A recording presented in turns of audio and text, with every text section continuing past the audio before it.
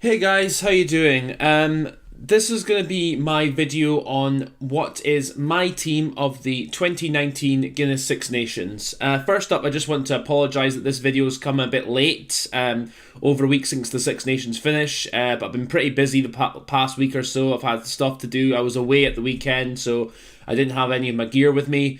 So this is going to be my team of the Six Nations. I'm just putting this out now. So hope you like what I have to say, and if you agree with the team I picked, then feel free to give this video a like and comment as well, say what you think, and if you disagree with me, that is also perfectly fine. Feel free to post your team as well in the comments.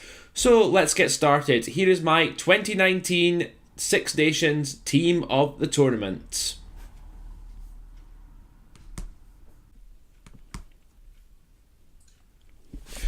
At 15, this was a tough one for me. I had a choice between Liam Williams and Elliot Daly of England, but I have given the nod to Liam Williams, basically because he's been perhaps the most solid 15 of the tournament. He didn't really have a bad game at all, was unlucky we went off injured in the second half against Scotland. But other than that, he was very solid. I think he was Wales' best player in their opening match against France, and he had a very good game against England as well, and covered the backfield very well with England's kicking game in the first half, and contributed well in the second half of that match.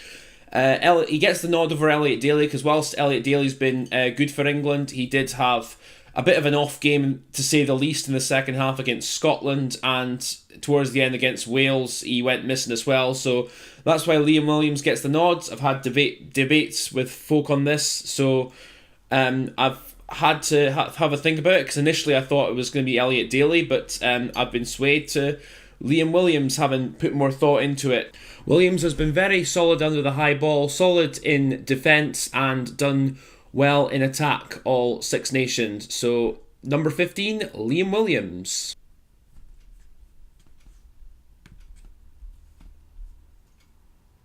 At 14, this one was a difficult one. I've gone for who I think are the two best wingers in the championship, and they both wore the number 11 shirt, even though Josh Adams played on the right wing in the second half against England. And I've gone for Josh Adams at 14. Perhaps the breakthrough player of the championship, really. Reasonably new to the Wales team, was only captain last year's Six Nations, but this year he's certainly cemented his place as a Welsh winger, and well deserved, because he's been very good. He's looks like he's born for international rugby. He's got a really good step on him, really quick, good feet. Good defender as well, been very solid under the high ball, scored 3 tries, 1 assist as well, which is a very good assist in the opening game against France. Other than that, he's been very good, and I think definitely the 14 for this year's Six Nations. At 13, I've gone for Henry Slade of England. Now, this was an interesting one. I had a choice between, I think, Henry Slade and John Davis of Wales. John Davis, as usual, has been as good as he usually is, but I've given the nod to Henry Slade, because to me he stood out a bit more playing 13. I think he's definitely cemented the 13 shirt over Jonathan Joseph for England going forward to the World Cup. He's been very solid in defence for the most part, apart from the second half against Scotland, of course. He's been very good with his boot. He's been very good at making line breaks, made 12 clean breaks all championship, and 38 carries. He's contributed 3 tries and 2 assists for England. Some lovely bits of play.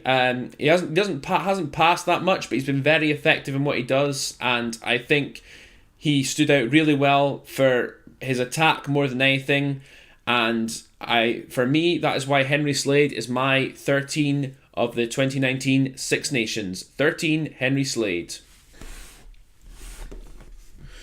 At number 12, I've gone for Hadley Parkes, who's been very solid all Six Nations for Wales and contributed really well to their Grand Slam. Very good defender. Was deserved man of the match against Scotland, and he played very well against Ireland and England as well. Not as great against France, but he got a bit lucky with his kick for George North's first try in that game. Made some really important tackles, especially a key tackle on Johnny Sexton in the game against Ireland, which played a big part in leading Wales to victory that game. 39 tackles all championship, and been very effective with his carries as well. Put enormous amount of work in, as you can see by that bloody-headed photo there, which he got against Scotland. But I think he just edges it over Manu Tuolangi. Manu's had a good comeback Six Nations tournament, played very well in the opening 2 games, but again went a little bit quiet when it mattered against Wales and also against Scotland. So that is why Hadley Parkes gets the nod. Hadley Parkes, number 12. At number 11, this was a pretty easy one. Johnny May, top try scorer of the tournament, 6 tries and 284 metres gained. Throughout, he's been the best left wing, definitely. Great finisher, great feet, good kick chase, very good off the kick chase actually, and good at kicking forward himself like he did for Henry Slade's try against Ireland. And he's also improved dramatically in all areas of his game, including his defence. He's defended a lot better this year than he has in the past, and he's reading the game a lot better as well. He looks like a complete winger now, to be fair. He looks a really good winger for England. So for me, Johnny May is the number 11.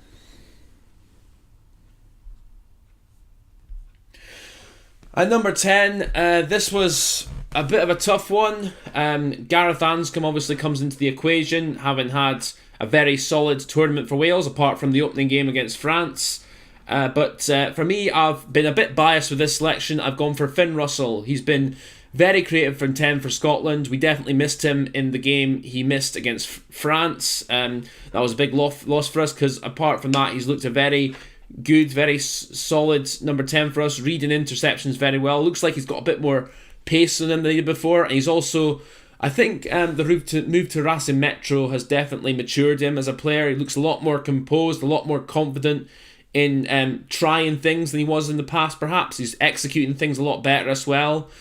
Top try assists this championship with 4, and also a very important player for Scotland, both in this Six Nations and going forward to the World Cup. I hope he can put his performances like he did against England into a very consistent game after game performance, and I think he's getting there. He showed this Six Nations he can have it. It's just sometimes when the service is a bit slow from the base of the ruck, or when the pack aren't given enough platform, there's not a whole lot he can do. They can't just rely on Finn Russell for everything, but when he's got the platform, he's been really good. So definitely Finn Russell at 10 for me.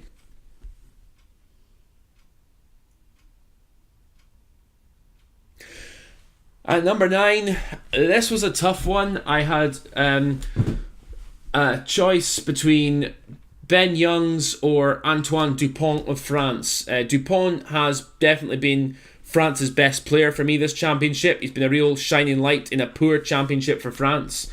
Done well, and he gets an honourable mention here, but I've just picked Ben Youngs for consistency overall. I think Ben Youngs, whilst he's not been the flashiest of scrum half, he's definitely been the most consistent in how he's played.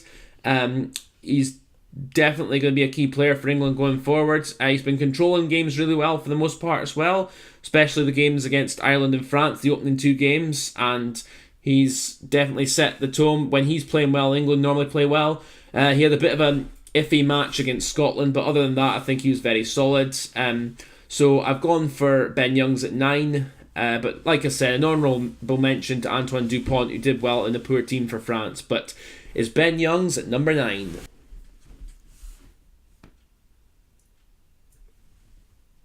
On to the forwards now, and at number 1, I've gone for Rob Evans. This for me was, again, a tough one to call between, because actually, I'll say first, there wasn't really any loose head props that really stood out for me greatly throughout the championship, apart from Mako Vunipola in the first 2 games, and he gets an honourable mention, but unfortunately he was injured in the second game. So I generally try to go for consistency throughout a whole tournament, so that's why Mako is counted out with this one. But if Mako had played all the games and had done as well as he did in the first 2, he would definitely be the number 1, no doubt about it.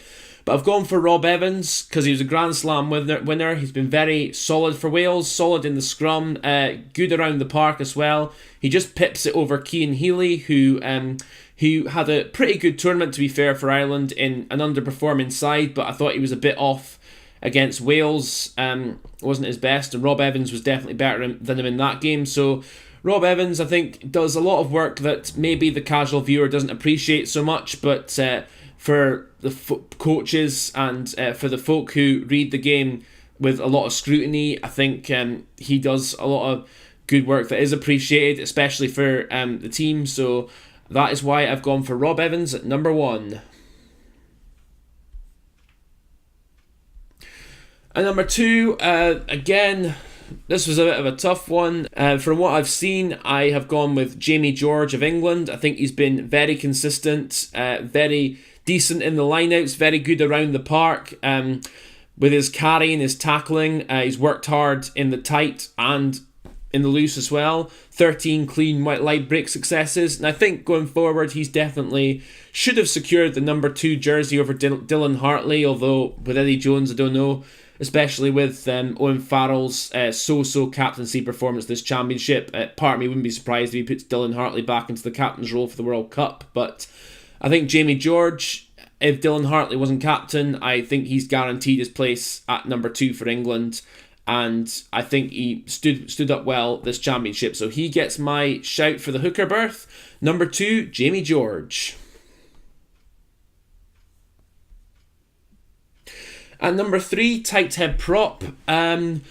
This for me, I'll be honest, was fairly easy because despite a few naughty moments, I've gone for Kyle Sinclair as the tight head prop. Definitely stood out well with his carrying, scrum very well, worked hard in the tight, even though at times he's got into a few scuffles, but apart from that, he's done well for England. Definitely England's first tight head prop choice, no doubt.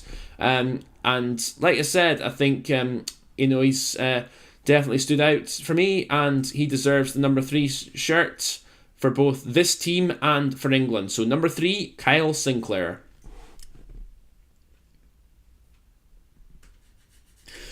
On to the second row now. Now, this one, for me, one of the positions was pretty easy, but the other one had a few question marks over it. But I've gone for James Ryan of Ireland in a championship where Ireland have underperformed, let's be honest. He's stood out very well. Once again, his work rate has been top notch as it was last season. Very solid in the line-out. 14 line-out takes overall and 49 tackles, which is good for a second row. So he definitely gets the shout for me. Just pips Federico Ruzza of Italy, who had an excellent championships for Italy, but I've just gone for James Ryan just because he had a little bit more edge and he was playing in a far better team. But Ruzza definitely deserves a mention and is unlucky to miss out over James Ryan in this team. But that's my choice. Others entitled to think differently, of course, but it's who I've gone for. Number 4, James Ryan.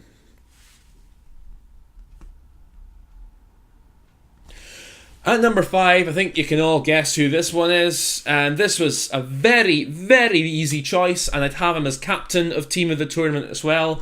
Mr. Alan Wynne-Jones. Step up, sir. You have been absolutely immense for Wales this championship. Led from the front, led by example, great captain and great player. A fantastic engine on him, even for like 33, he's going to be 34 before the World Cup, I think, and he's just been absolutely world class. 71 tackles, 33 carries, that is immense, and just at almost every breakdown he seems to be there.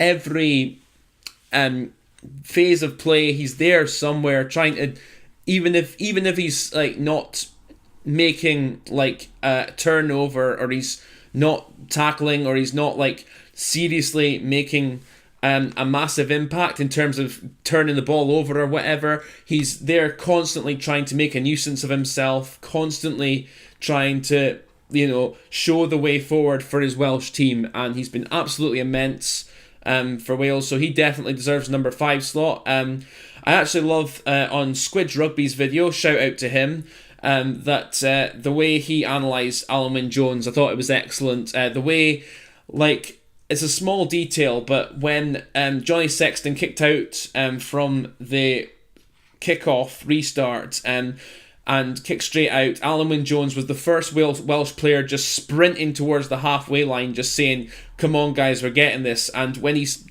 going up with wingers as well, I mean, he's almost keeping up with like lightning speed wingers when they make a clean break, and he's just almost one of the first players there, just trying to make sure they've got support, and that if and when they get tackled, he's there making sure there's a support player there to secure the ball. I mean, he's an absolutely unbelievable player. Possibly the best second row in the world right now. I mean, you could argue that with Brodie Retallick, even though Brodie Retallick's not playing his best for the Chiefs right now. But in general, I think Alan Wynne-Jones, for me, is the best second row in the world at the moment. But come the World Cup, who knows, that might be different. But without question, number 5, Alan Wynne-Jones.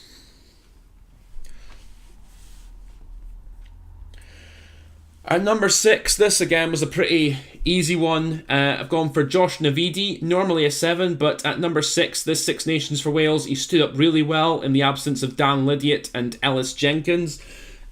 He's been a top tackler, workaholic round the pitch, very effective at the breakdown, 83 tackles and 30 carries he's made this tournament, and he's been really looking like he's almost made the number 6 shirt his own. I mean, Ellis Jenkins, I don't know when he's going to be back fit, and Dan Lydiate, I can't see him getting a place over Josh Navidi after the Six Nations he's just had.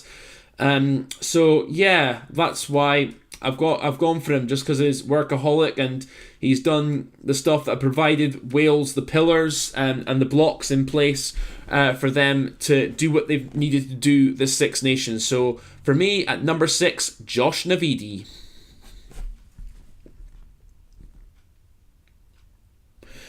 At number 7, this was a pretty easy one again for me. England have been searching for a proper number 7 for quite a while now. They haven't really found one since possibly, you can go as far back as Neil Back, perhaps, for a proper number 7. But they've now found one, most definitely, in Tom Curry. Tom Curry, who's been excellent in the loose, good at the breakdown, has great feet and great hands, great skills for a number 7. He's got a bit of a pace in him as well, so scored a brilliant try against Wales, where he caught him at the fringes of a ruck. And he's just been, I think, nailed down the the England 7 shirt. And I think he deserves his place in this team, and I think England, as one of the things with England going forward, they actually have a proper number 7 now, and that's one of the positives they can take out of this tournament. So at number 7, it is Tom Curry.